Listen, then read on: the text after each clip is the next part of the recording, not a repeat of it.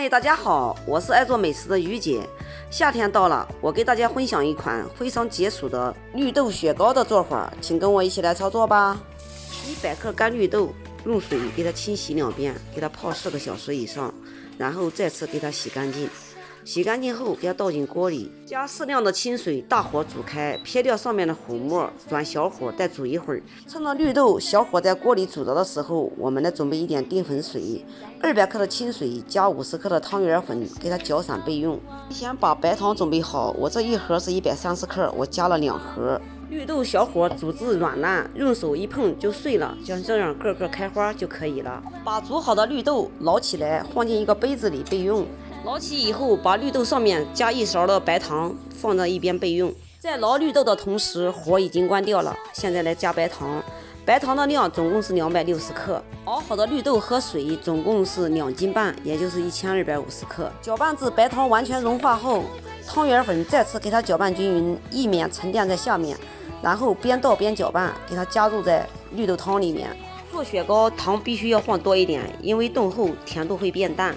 关火加白糖的目的就是给绿豆汤降温，以免面糊烫成起疙瘩，那样难以搅拌均匀。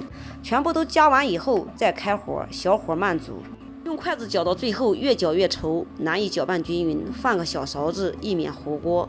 小火慢熬，边熬边搅拌，必须把它熬熟熬透。像这样做出来的雪糕，一天不管你吃几个，就不会担心拉肚子的问题。熬好以后关火，加淡奶油200克。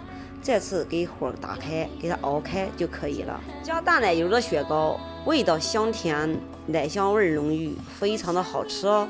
把熬好的蛋糕糊糊装进一个带倒嘴的杯子里，方便以后操作。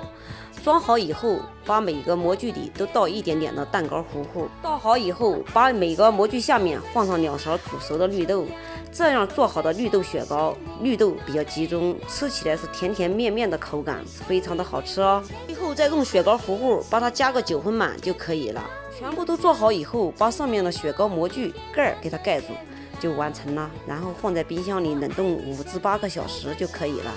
我今天做的量总共是做了25个模具的量，总共我家有26个模具，还剩下来1个模具。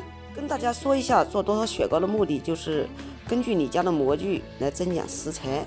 全部都做好以后，都给它放进冰箱里冷冻5至8个小时。几个小时过去了，我们的雪糕已经冻好了，用流水给它冲一下，冲大概30秒左右就可以脱模了，非常的好脱模哟。看一下，全部都脱模以后，让大家看一下，一点都不比买的差哦，好吃无添加。我来尝一下。绿豆吃着是非常的过瘾，又甜又面。一个没吃过瘾，然后我再来一个，让大家近距离的看一下，软糯香甜无冰渣，非常的好吃哦。